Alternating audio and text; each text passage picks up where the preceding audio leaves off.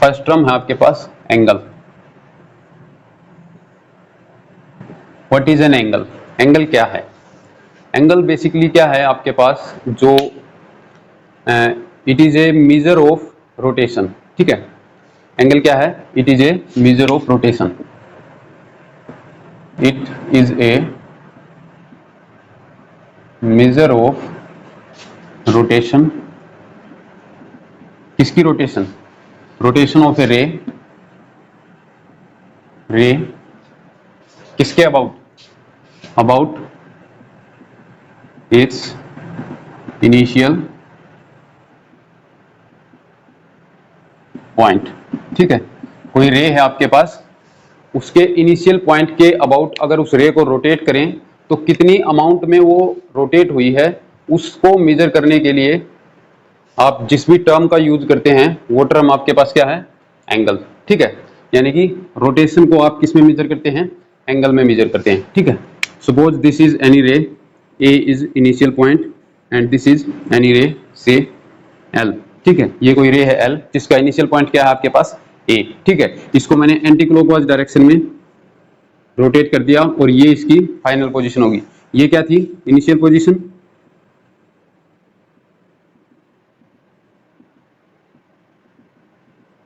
ठीक है, और ये आपकी क्या है? Final position.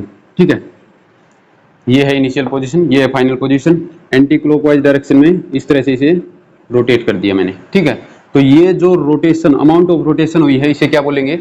एंगल। क्या बोलेंगे इसे? इस टर्म को, अमाउंट ऑफ रोटेशन को किस में मेजर करेंगे? एंगल के अंदर। अगर एंटी क्लॉकवाइज हमने रोटेट किया है तो एंगल कैसा होगा आपका? Positive angle. और अगर इसे एंटी क्लॉकवाइज की जगह क्लॉकवाइज रोटेट कर देते फिर एंगल किस में मेजर होगा? नेगेटिव। यानी कि अगर इसे इस तरह से रोटेट कर देता मैं क्लॉकवाइज डायरेक्शन के अंदर तो आपका एंगल कैसा होगा? Negative angle. ठीक है, तो ये था एंगल आपके पास। एंगल क्या है? It is the amount of rotation या major of rotation of a रे अबाउट इट्स इनिशियल पॉइंट।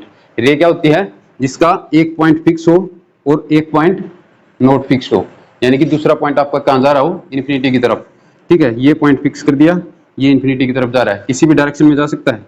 इस डायरेक्शन में जा रहा है, ये भी एक रे है, ये भी एक रे है, ये भी एक क्या है? रे। ठीक है, अगर इन सब का इनिशियल पॉइंट सेम है तो ये कैसी रे हैं? को इनिशियल रेज। ठीक है, जिनका इनिशियल पॉइंट सेम हो। तो एंगल क्या है? रोटेशन ऑफ ए रे, major of rotation of a रे अबाउट इट्स इनिशियल पॉइंट। ठीक है, इन्हें अगर ये आपका एंगल बन रहा है, एक ये है, मान लो ये एल है और हाँ ये रोटेट होकर यहाँ पहुंच गई, ये एल डैश पोजीशन मान लो। ठीक है, दूसरी रे मान लेता हूं मैं कि रोटेट होने के बाद ये यहाँ जाएगी और इस रे को मैंने क्या बोल दिया? L dash. ठीक है, तो आपके पास ये जो इन दोनों के बीच में एंगल बन रहा है, ये जो मेजर ऑफ रोटेशन है, ये आपको क्या करेगा कि इस एंगल की या तो ये क्या है? इनिशियल साइड और ये क्या है? Final side. यहां से यहां रोटेट किया है ना, इसे क्या बोल देते हैं? Initial side. इनिशियल साइड और ये आपकी क्या होगी? Final side. ठीक है, या टर्मिनल साइड भी बोल सकते हैं। ठीक है, इन्हें आर्म्स ऑफ एंगल भी बोलते हैं। आर्म्स ऑफ एंगल, इन्हें क्या बोल सकते हैं? Arms of angle. ठीक है, इस एंगल की ये क्या है? आर्म्स हैं, भुजाएं हैं। ठीक है, तो ये था आपके पास एंगल। डेफिनेशन ऑफ एंगल ये थी। अब आपके पास इसको मेजर किसके अंदर करेंगे? एंगल को दो तरीके से मेजर करते हैं, दो सिस्टम है आपको एंगल को मेजर करने के लिए। एक है आपका डिग्री मेजर और दूसरा है आपका रेडियन मेजर।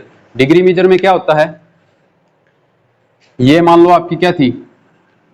इनिशियल रे थी, ये आपका फिक्स्ड पॉइंट था, इनिशियल पॉइंट। ठीक है, अगर इस रे को मैं कंप्लीट एक रिवॉल्यूशन कंप्लीट करवा दूं, एक राउंड इसने पूरा कंप्लीट कर लिया, तो ये क्या बनाएगी? अगर इस कंप्लीट रिवॉल्यूशन को मैं 360 इक्वल पार्ट्स में डिवाइड कर दूं, कितने पार्ट्स में? 360 इक्वल पार्ट्स के अंदर, तो जो एक पार्ट होगा इन 360 पार्ट्स में से, यानी कि 1/360th of the complete revolution किसके इक्वल होगा? 1 डिग्री के इक्वल। ठीक है, तो 1 डिग्री आपकी क्या है? 1/360th of complete revolution. एक कंप्लीट रिवॉल्यूशन या एक कंप्लीट रोटेशन का 1/360 1/360th पार्ट आपका क्या है 1 डिग्री है, ठीक है। तो 1 डिग्री आपके पास क्या है 1 डिग्री, इस तरह से डिनोट करेंगे, 1 के ऊपर ये डिग्री का साइन लगा दिया, तो ये आपके क्या होगा 1 डिग्री को डिनोट कर रहा है, ठीक है। 1 डिग्री क्या है 1/360th of the complete rotation और कहूँ रिवॉल्यूशन ऑफ ए रे अबाउट इट्स इनिशियल पॉइंट, ठीक है। 1 डिग्री क्या है 1/360th of the complete rotation या रिवॉल्यूशन ऑफ ए रे अबाउट इट्स इनिशियल पॉइंट। अगर किसी रे को इसके इनिशियल पॉइंट के अबाउट मैं एक कंप्लीट रोटेशन करवा देता हूं, तो उस कंप्लीट रोटेशन के अगर 360 इक्वल पार्ट्स करूं, तो उन 360 पार्ट्स का जो एक पार्ट होगा वो आपके पास क्या होगा 1 डिग्री। और 1 डिग्री को 60 मिनट्स में डिवाइड किया जाता है। 1 डिग्री किसके इक्वल होता है 60 मिनट्स के इक्वल। और 1 मिनट को कैसे डिनोट करते हैं 1 के ऊपर सिंगल डैश, ये जो कोमा होता है एपोस्ट्रोफी वाला, तो 1 के ऊपर अगर ये लगा दूं, ये किसको डिनोट कर रहा है 1 मिनट को, ठीक है। और 1 मिनट को किसके अंदर डिवाइड किया जाता है 60 सेकंड्स के अंदर, यानी कि 1 मिनट किसके इक्वल होगा 60 सेकंड्स, ठीक है। और 1 सेकंड को किस तरह डिनोट करेंगे 1 के ऊपर ये डबल कोमाज, ठीक है। तो ये आपका क्या है डिग्री मेजर, ठीक है। डिग्री मेजर क्या है कि 1 डिग्री किसके इक्वल होगा 1/360th ऑफ क्या कंप्लीट रिवॉल्यूशन 1 डिग्री होगा। 1 डिग्री में कितने मिनट्स होंगे 60 मिनट्स होंगे, यानी कि अगर ये आपका 1 डिग्री है इतना पार्ट, तो इस पार्ट को अगर मैं 60 इक्वल पार्ट्स में डिवाइड कर दूं, तो उन 60 पार्ट्स में से अगर एक पार्ट लूं तो वो किसको शो करेगा आपका 1 मिनट को, ठीक है। और फिर मान लो कि वो आपका 1 पार्ट क्या है ये है वो 1 पार्ट, ठीक है। इस 1 पार्ट को मैं फिर से 60 इक्वल पार्ट्स में डिवाइड कर दूं, तो उनका जो एक पार्ट होगा वो आपके पास क्या होगा 1 सेकेंड, ठीक है। इस तरह से डिवाइड किया जाता है। तो ये था आपके पास डिग्री मेजर ऑफ एंगल, ठीक है। नेक्स्ट है आपके पास रेडियन मेजर ऑफ एंगल।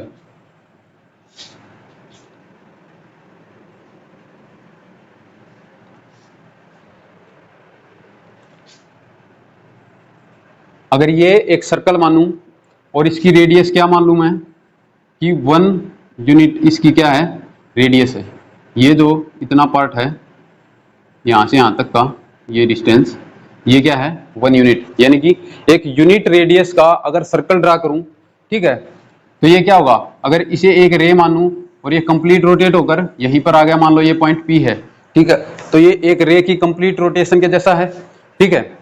तो 1 रेडियन किस तरह डिफाइन किया गया है, इस सर्कल की एक यूनिट सर्कल की अगर 1 जितनी उसकी रेडियस है उतनी ही लेंथ की एक आर्क लूं, मान लो ये वो आर्क है, ये Q पॉइंट मान लिया, ठीक है।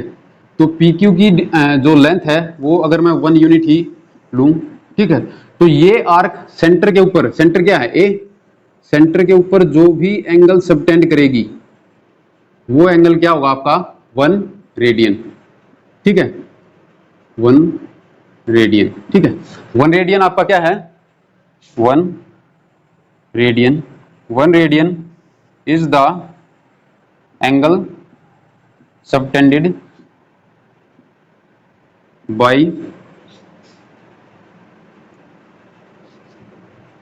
an arc of unit length of a circle of unit radius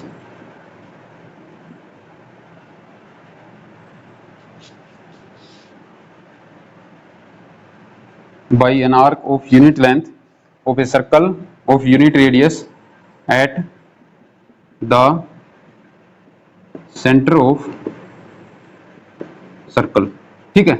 यानी कि यूनिट लेंथ की एक आर्क के द्वारा, कोई भी आर्क हो सकती है, ये जरूरी नहीं यही आर्क हो, मान लो ये आर्क ले ली मैंने, इसकी लेंथ कितनी है 1 यूनिट, ये आपकी क्या है 1 यूनिट है, रेडियस है, ये भी रेडियस है 1 यूनिट है, ठीक है।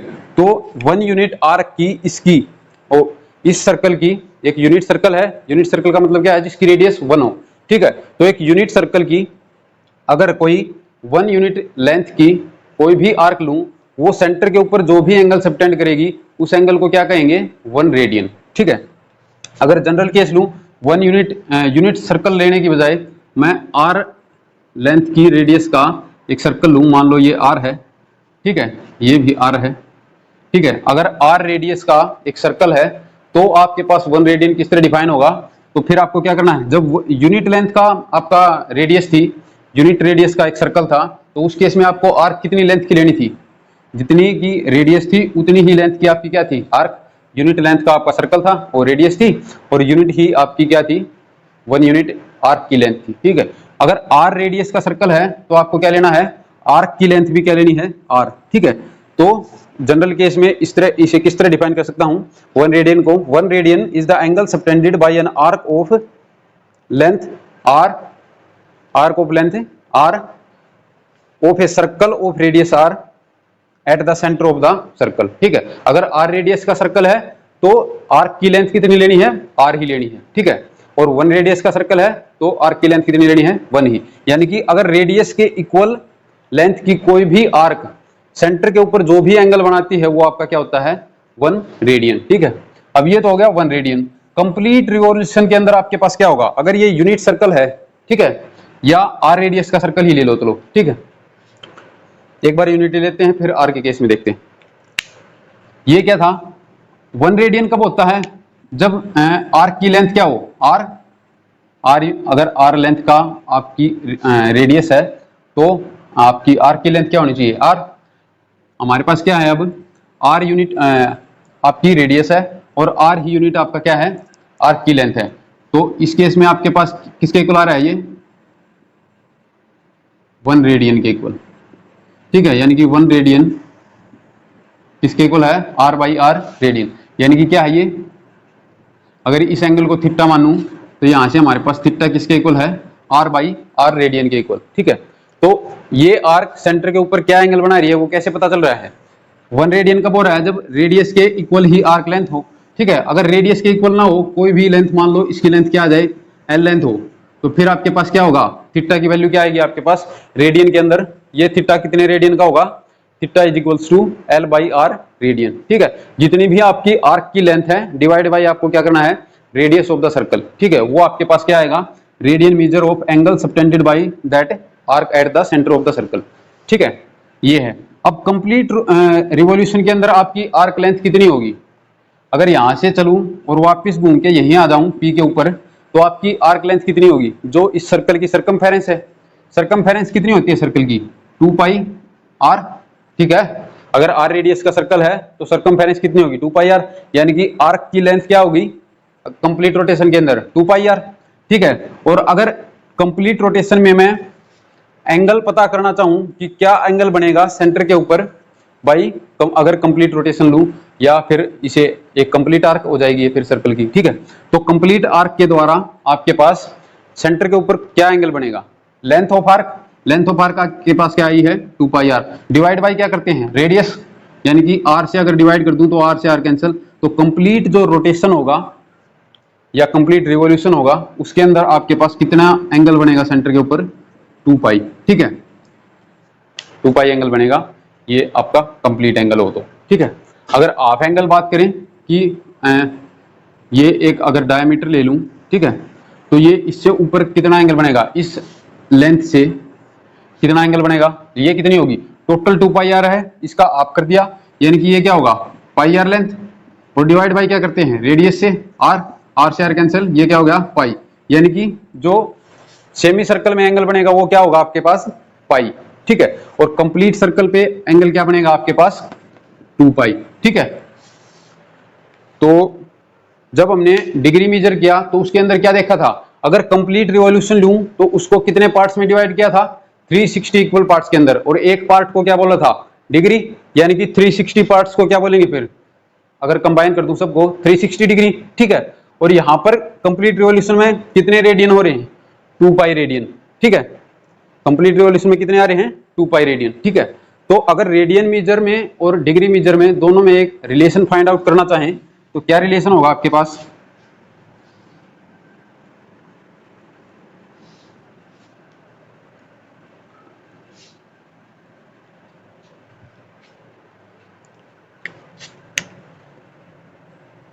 Relation between radian and degree measure. ठीक है, कंप्लीट रिवॉल्यूशन के अंदर डिग्री मेजर में कितनी डिग्री आई थी? 360 डिग्री। ठीक है, और कंप्लीट रिवॉल्यूशन के अंदर रेडियन मेजर में कितनी मेजर आई हैं, कितनी रेडियन आए हैं? 2 पाई रेडियन। ठीक है, अगर 2 से कैंसिल करूं तो क्या आएगा? 180 डिग्री किसके इक्वल आ गया? पाई रेडियन के इक्वल। ठीक है, पाई रेडियन के इक्वल। तो अब अगर हमें कोई एंगल डिग्री में दिया हुआ है तो उसे रेडियन में कन्वर्ट कर सकते हैं, और रेडियन में दिया हुआ है तो उसे डिग्री में कन्वर्ट कर सकते हैं। कैसे? अगर आपके पास मान लो x डिग्री, इतने डिग्री का कोई एंगल दिया हुआ है और आपसे पूछ रहा है कि इस एंगल की रेडियन मेजर क्या होगी, तो कैसे निकालेंगे? 180 डिग्री किसके इक्वल है? पाई रेडियन के इक्वल। अगर 1 डिग्री की बात करूं तो किसके इक्वल होगा? पाई बाई 180 डिग्री, और ये रेडियन। ठीक है, 1 डिग्री किसके इक्वल हो गया? Pi by 180 degree radian. ठीक है, तो x डिग्री किसके इक्वल होगा? इसको x से मल्टीप्लाई कर दूं, यानी कि x into 1 degree, x into ये। ठीक है, रेडियन की बात करूं, x डिग्री किसके इक्वल होगा रेडियन में? x degree into pi by 180 degree. यहां से डिग्री कैंसिल हो जाएगा, तो हमारे पास क्या आ गया कि अगर x डिग्री को रेडियन में आपको चेंज करना है तो क्या करना है? जो भी इसकी डिग्री के अंदर अमाउंट है एंगल की, वो लिखनी है इंटू आपके पास किससे मल्टीप्लाई करना है?